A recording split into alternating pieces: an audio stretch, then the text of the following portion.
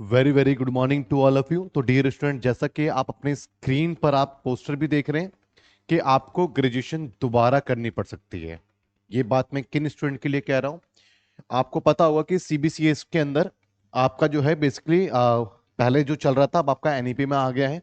लेकिन उसमें से भी अभी बहुत सारे स्टूडेंट ऐसे हैं जिन्होंने कि बिजनेस मैथ्स का पहले तो आप एक बार वो बैक ले आए, और एक बार बैक लाने के बाद वो फिर सेकंड टाइम भी उन्होंने एग्जाम दिया और फिर उनका बैक आ गया। अब उनके पास में भी थर्ड टाइम अपना एग्जाम देने के लिए वो अब हुए हैं अपीयर। और ऐसे स्टूडेंट्स जो हैं, आपको ये भी ध्यान रखना होगा बच्चे की 5 इयर्स के अंदर अगर आपकी ग्रेजुएशन कंप्लीट नहीं होती है तो आपको ग्रेजुएशन दोबारा करनी पड़ती है। तो बहुत सारे स्टूडेंट बहुत ही, चाहे बिजनेस मैथ्स की बात हो चाहे किसी और सब्जेक्ट्स की बात हो, लेकिन बहुत ज्यादा कैजुअल लेते हैं कि चलो कोई बात नहीं, एक दो बैक ईआर आ जाएगी, कौन सा हम फेल हो जाएंगे, हम नेक्स्ट ईयर प्रमोट तो हो ही जाएंगे। बट जब फाइनल ईयर में आपके पास में पेपर का आपके पास में बर्डन आता है, उसके बाद बैक रह जाती है, तो फिर आप चौथे साल में चले जाते हो और वहां अगर एक मिस हो गया देन आपकी ग्रेजुएशन खत्म हो गई है, फिर आप 12वीं पास ही रह जाएंगे। तो इसलिए मैं अभी भी बिजनेस मैथ्स के मैं उन स्टूडेंट्स को कर रहा हूं क्योंकि ऑल फर्स्ट अटेम्प्ट में जो बच्चे रह गए थे उसके बाद सेकंड अटेम्प्ट उन्होंने दिया, फर्स्ट अटेम्प्ट में क्यों रह गए बच्चे? दो कारण हो सकते हैं। भैया अभी तो बहुत टाइम पड़ा हुआ है, बाद में पढ़ लेंगे, बाद में पढ़ लेंगे, बाद में पढ़ लेंगे, और एग्जाम से पहले 5-7 दिन पहले उठाया तो कुछ बिजनेस मैथ समझ में नहीं आया, आएगा भी नहीं समझ में, क्योंकि 80 से 90 घंटे का आपका ये सिलेबस है और ये आपको 4 से 5 घंटे में 10 घंटे में कैसे समझ में आ जाएगा? बिल्कुल नहीं आएगा। वही कारण था फेल होने का। सेकेंड टाइम गलती रिपीट हुई, सोचा कि अब इस बार अच्छे से पढ़ेंगे, लेकिन वो भी अच्छे से समय आपने निकाल दिया, वो भी आप बीच में जाके ज्वाइन करते हैं और फिर वो समय भी बीता, उसके बाद भी बच्चे को बैक आ गया। अब आपके पास में बच्चे कुछ बच्चे सेल्फ स्टडी के चक्कर में रह गए, और इसके बाद भी आपके पास में दूसरा कारण ये हो सकता है कि आपके मैथ्स बैकग्राउंड नहीं है, तो आपके अंदर इतनी हिम्मत नहीं है कि आप मैथ्स को आप उठा सको, पढ़ो। वो आपको मिल गया, आप बस उसको किस तरीके से आप बोझा लेके घूम रहे हो और टेंशन में हो।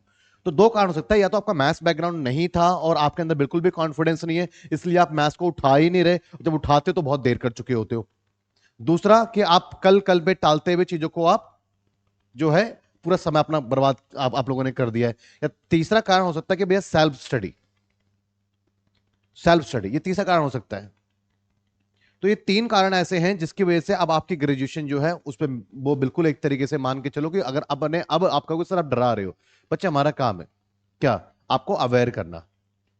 क्लियर है? इस अवेयरनेस की वजह से अगर आप आज से पढ़ने लग जाए और आपका ग्रेजुएशन बच जाए तो भाई मैं बिल्कुल सही काम कर रहा हूं, इससे कोई आपका नुकसान नहीं होगा। और उसके बाद आप कह रहे हैं कि डराने वाली बात है, इसमें कोई डराने वाली बात नहीं है।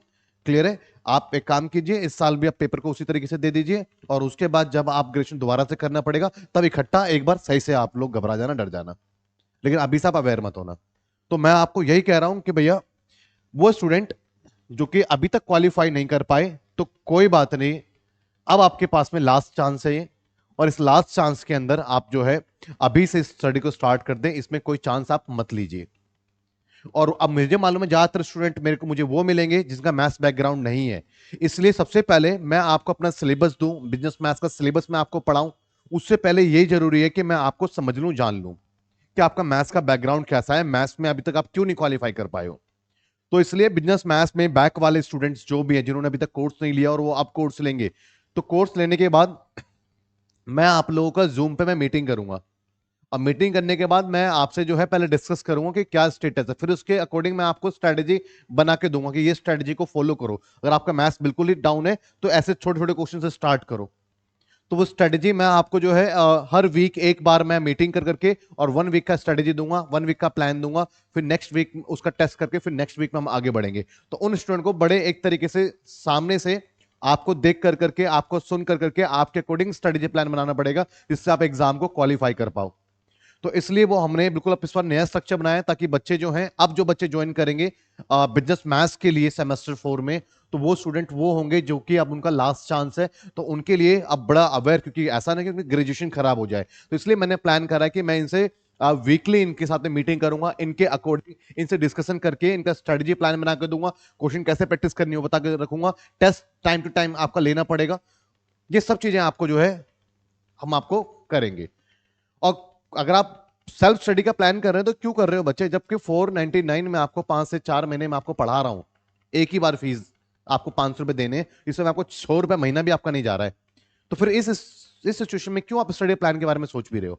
जब होता है ना कि भैया 20-22 हजार में फीस है, कैसे अरेंज करेंगे यार, इतना हमारा बजट नहीं है, तब तो समझ में आता है कि बच्चा, फिर जब बजट नहीं है तो बच्चा सेल्फ स्टडी पे ही उसको डिपेंडेंट रहना पड़ेगा, उसकी मजबूरी है। लेकिन सेल्फ स्टडी एक शौक के तौर पे आप लेके चलो, वो भी चीज ठीक नहीं है। तो बच्चे आपको गाइडेंस लेके चलेंगे, वो ज्यादा बेटर रहेगा। बाकी आपके पास में आपकी चॉइस है और आपके ऐसा ऑप्शन है। तो बिजनेस मैथ्स के अंदर आपका सिलेबस बहुत लेंथी सिलेबस है। आप जिस तरीके से देख रहे हैं,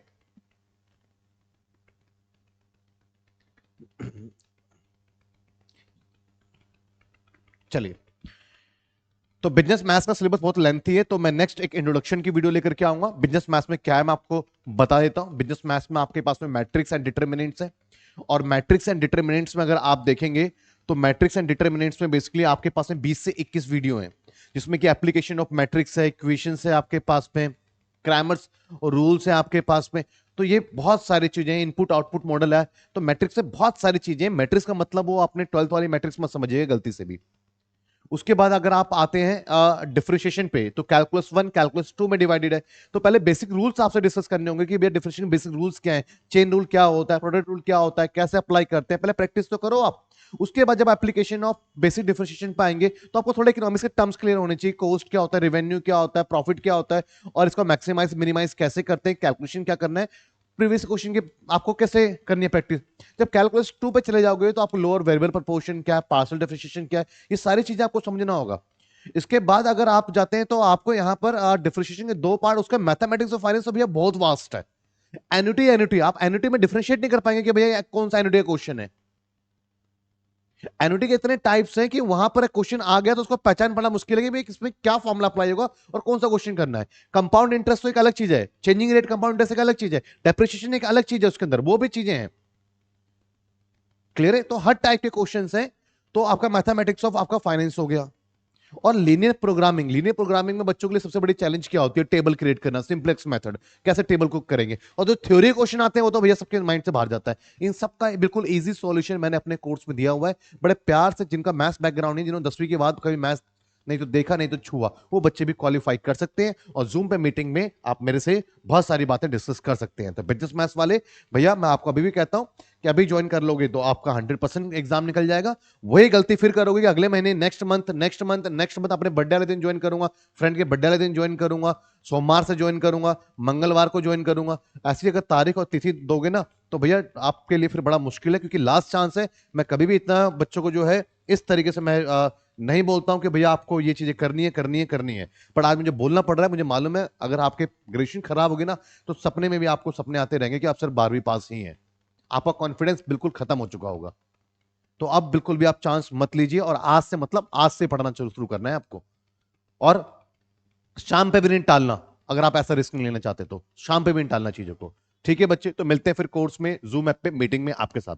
thank you ji, thank you so much.